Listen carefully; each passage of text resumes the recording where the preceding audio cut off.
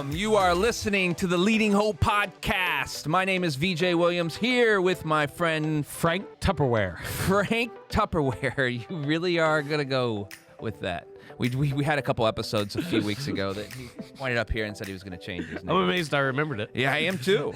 Joined by my friend and pastor, Kevin Jack. Thank you for joining us and taking time out of your day to become a better leader. If you're new, we release a new website every Wednesday. We come out with a brand new one. No, a new episode every Wednesday. The easiest way to remember is to hit that subscribe button on your favorite podcast platform, and you'll get that automatically downloaded every week. Also, share this with a friend on Facebook, Instagram, and YouTube. Please rate and review on Apple Podcasts. A few extra minutes will absolutely help us get this into the hands of more leaders just like you. And visit leadinghope.online to get updates and find out more about the Leading Hope community. Kevin, today, man, here we go.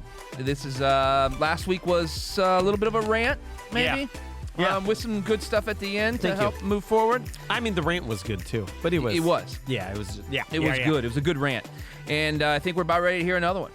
Maybe a little bit. Start a little slower. Okay, good. This is 120, episode 120, 120, still too low. Still too low.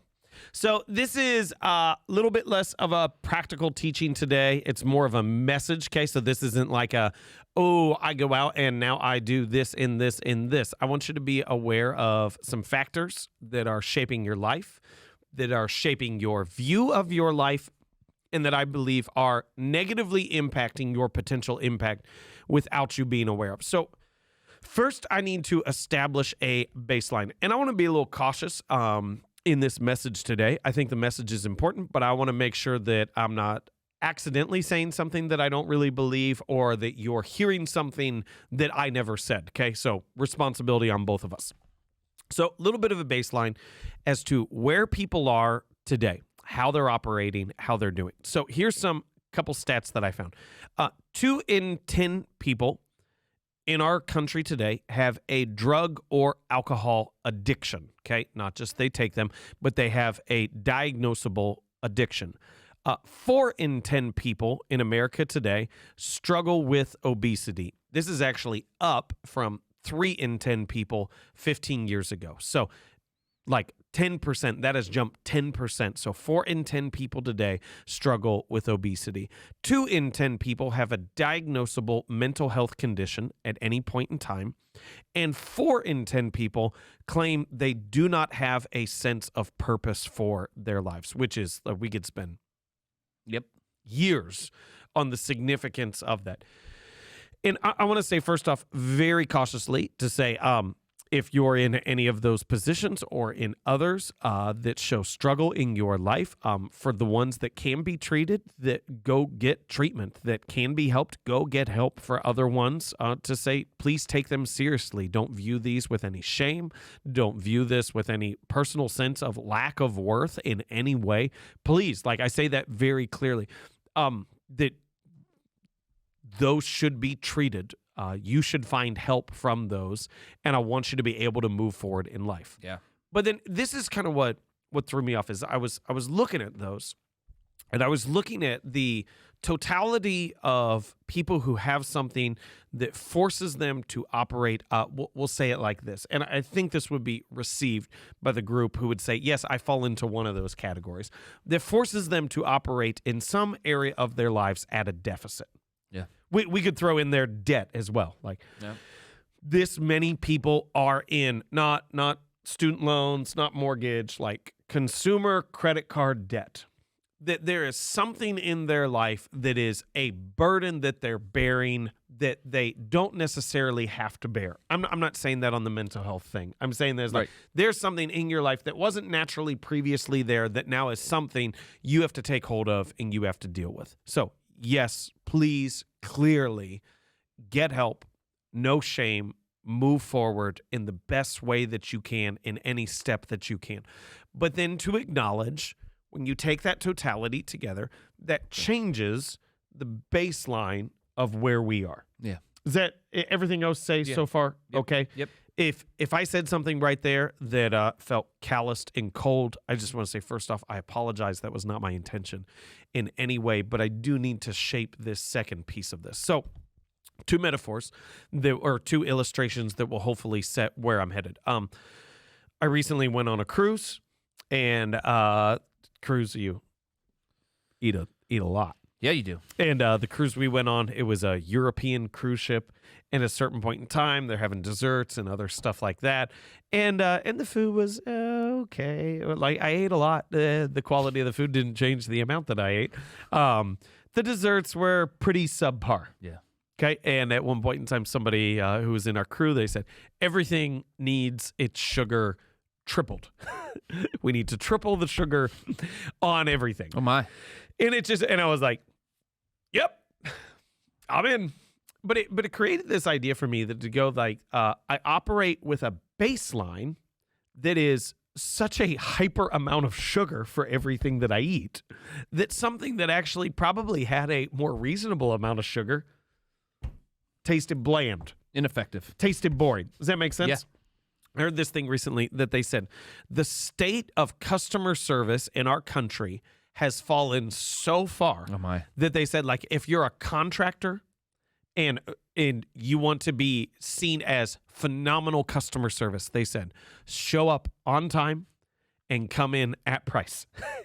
If you'll do those two things, show up when you said you're going to show up and come in at the price that you were going to set, you will be viewed as 5 stars. Yep. Like top of the class. They said, like, for hotels, have a room, have it clean.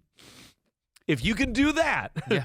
you are now viewed as the tippy top, as good as you could get. So I say that in light of humanity, in light of people. And I will start here to say half the people that you meet have something significant that they are struggling with, that we should be empathetic towards, helpful in, kind towards. Half the people you meet have something that they are struggle with.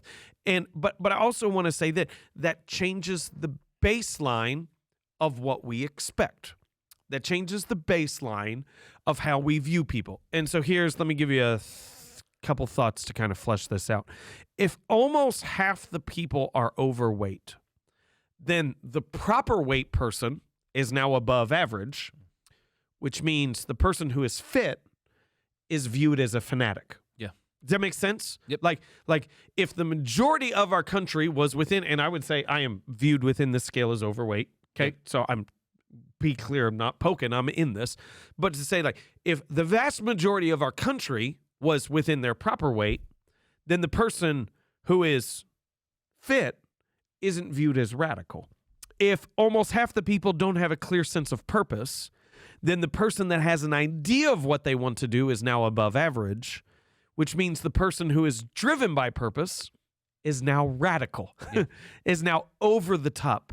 If 2 in 10 people have a drug or alcohol addiction, the person who uses them sparingly is normal, and the person who doesn't use any is crazy and has to explain themselves, which is a category I found myself in many, many times. Yep. Why wouldn't you? Why does this need explained? Yeah. Why do I actually have to rationalize this in some sense? And my point is just simply this, is to say the baseline is falling, that the baseline is now significantly burdened. I'm in debt. I have addiction. I have all these other things. Yeah. And my point is to say the person who has a sense of purpose, let me maybe say it like this a little better. Virtue is now met with skepticism. Courage is now met with cynicism. Yeah. A desire to be healthy is now viewed as over the board ridiculous. A desire to make an impact is now viewed as over the top. Why aren't we good enough for you? And so the point is to say, like, I want to give a message today to the person who is ambitious. Yeah. To the person who is driven, the person who does believe something significant will happen in their life. I want to tell you this, okay? For all the criticism that you've received on your ambition, on your courage, on your drivenness, it's still too low. It's still too low because as the baseline keeps falling, what you previously thought you could do is still lower than what I believe you can actually do, what is actually true for your life.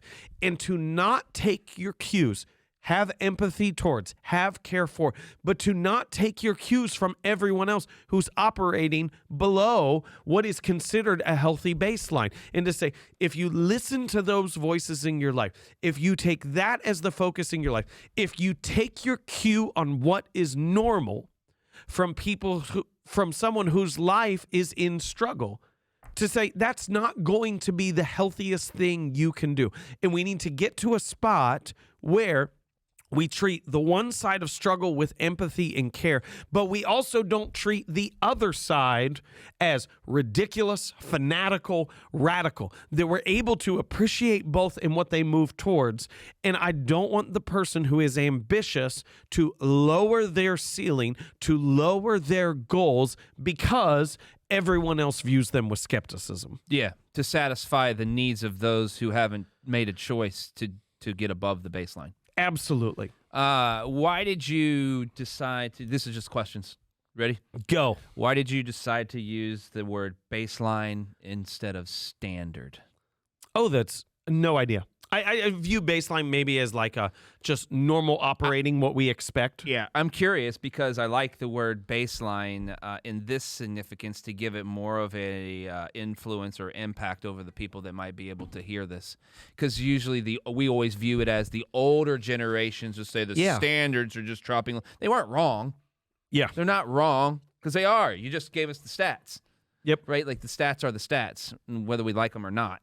But like the standards or the baselines, what is going on that's creating that vacuum that's pulling people that are ambitious down to the baseline of those who haven't come out of what they're struggling in?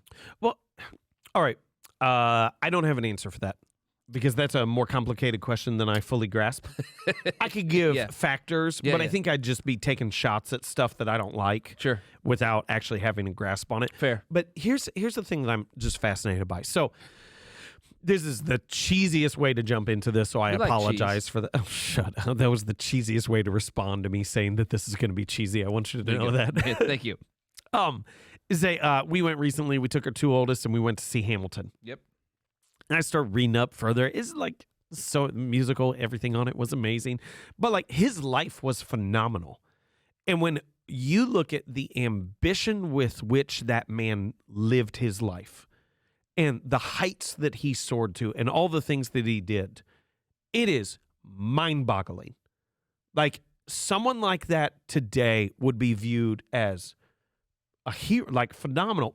No, they would be criticized for their ambition and all the things that they thought they could do and all the things that they want. And I'm not saying he wasn't criticized in his time, because he maybe would have been. But I have this sense, as I am a big biography reader. Yeah. Big biography audiobook listener too, just to be clear on that.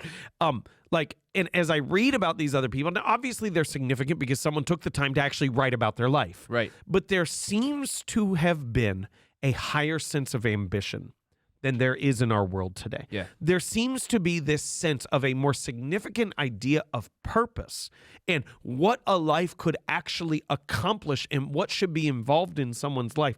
And my concern is that as we keep struggling more and more, that not only are we lowering the general humanity as a whole, but we're also lowering our top achievers.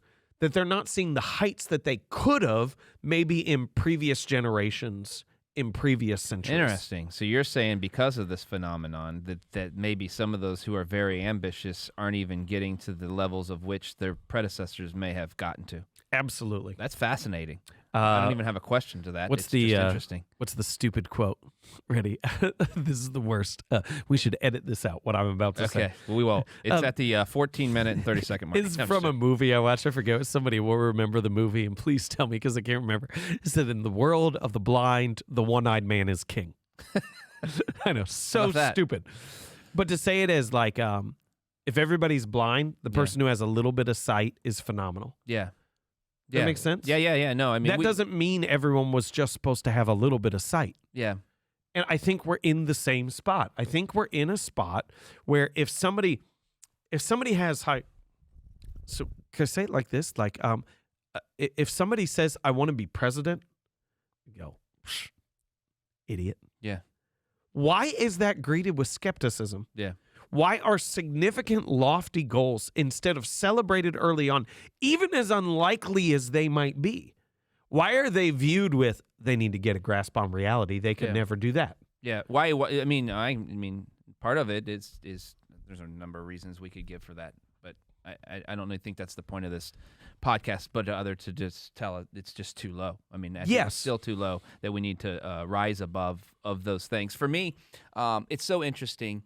For me, prior to becoming a Christian, I lived with a lot of those still too low placements on my life. This is good enough. This is fine. This is okay, right? And then when you become a Christian, and we talked about this a little bit of having a sense of purpose, which we said was a whole nother series. But then when God changes your life, then that is not okay anymore, and that's not good enough. Yeah. And there's something more to life. And I get texts all the time from people. I just got a few this week that from people saying, "Hey, what is it that changed for you? I want to know how I can get where you're at." Yes. Not that what I'm at is like great. It's just different. Yeah. Right? And they ask me these questions, and I'm thinking, man, first of all, you have to realize it's what you're doing is too low. Yes. And then you can actually become more than that. But most of us don't think it's too low. So it's just where we're at. So if we could take this as a shift and to say, let's pull all the elements of faith in this. Yes. I mean, what is to be considered? You better. Not you. I meant all of us. We better. No, this is good. This is good. What should be considered basic humanity with Jesus is a sense of purpose, a life that matters, a body that is cared for, a spirituality that gives impact. Like, this is basic faith walking with Jesus. That is now viewed as, and maybe it always was. Maybe I'm off on this. But to say, like, that is viewed, at least I know currently, as radical. To have, I know my life matters. I know it matters this way. I don't wake up Monday upset. I wake up Monday excited about what's going to happen. You're like, oh my gosh, they need to get over it. And so here's my concern, is to say, we must take what is, if we view what is normal as extreme, then we will never actually live into what is truly radical and fanatical. What can truly make a massive impact in someone's life. And so to say, we have to reset the baseline. You should expect to live with a high sense of purpose. You should expect to be healthy and happy. You should expect to have, not that you won't have struggle, but these should be your baseline assumption for your life. Sorry, there's a fly around here. There is a fly. Oh, I got it. Crushed it. Nice. Does that make sense? Hungry. I think you talk about, but there's even another set of level there, which is that even people in the church people are Christians asking, how do I become more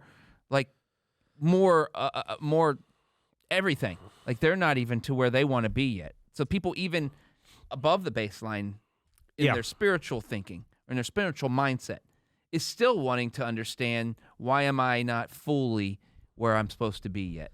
I can remember there's a couple we knew early on when we got married. They didn't do a thing. They didn't vacation. They didn't eat out.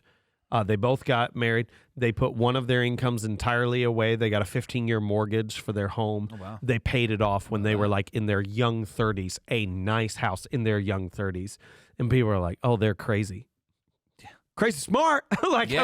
Crazy wise. Like, they're living the life that they should be. It's because everyone else has stupid spending habits, me included, that we view them as crazy. Yeah, and I don't know how we need to do another podcast of how to overcome this. Because I think that's what people want to know. They want to know, okay, this is where I'm at. This is my baseline. Now what? Not today, though. Not today. We're out of time, actually. So sum it up. Still too low. I want to give a message to the person who is ambitious, who does have a belief of the impact that they're going to have in their life, who wakes up with a clear sense of purpose, and to say, do not take your cues of how you should live from the baseline. Your goals are still lower than they could be. Just because those around you view you as exceptional and driven and maybe even a bit fanatical, that's okay. Embrace that label and raise the bar of what you expect from your life. Oh, so good. Episode 120, still too low. Look out for the future podcast, We Going Higher. That's coming soon. That's good. We Going Higher, yeah. Thank you so much for joining us today. If you're new to the podcast or haven't yet subscribed, it means the world to us. If you did that now, also post about it, rate and review, or both on Apple Podcasts. You will not believe how that helps get this podcast in the hands of so many more leaders just like you. And we love hearing your stories, how the podcast is working in your life and business or church or ministry. If you have a story, visit leadinghope.online and send that to us. We would love to hear from you. And remember, everyone has 20 minutes to learn to become a better leader. Make it count.